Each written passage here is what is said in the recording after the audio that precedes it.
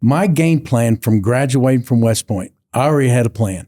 I was going to do my 5-year commitment, get out, move to Kentucky, and get a job and be near my hometown, my mom and dad and my sisters. That was my game plan. I already had it put together.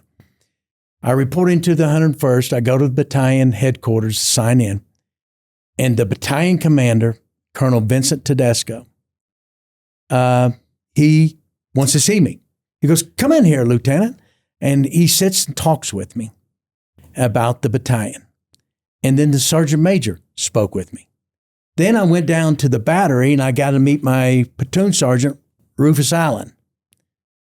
And from that time forward, that battalion commander, that platoon sergeant were inflection points in my life, because not only did I stay past 5, I went 32 because they made a tremendous impact. I honestly believe in today's military, I don't care what branch of service it is, that your first platoon NCO leader and your first battalion commander equivalent are going to make a tremendous impact on whether you go beyond your commitment.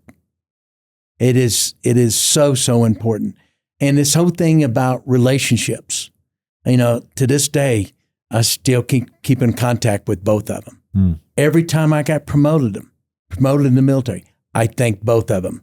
They weren't even there. I'd still thank them because they're the ones that were the inflection points that kept me on a new trajectory that I never planned of. I think you're right. Now I'm in a moment. I'm reflecting on my own life and my own career. I had a platoon sergeant, different one, who told me to shut up and listen. This guy had done a lot of special forces support as EOD, and he just kind of watched me throughout my 6-year time. I was at the 789th EOD in Georgia, and his name was Joshua Peltz. And I got pulled into his office one day after our deployment in 2015, and he said, "I think you would make a great candidate for special forces." And at the time, I was going to get out. I was leaning on my dad. He wanted me to go to college. He was in insurance sales, and I was going to kind of get into that. I'll just go get a MBA. I'll go sell insurance, I guess. I don't know how to do that, but I really admire my dad. I would have done anything he said. But I told him I had a platoon sergeant recommend that I go try out for special forces.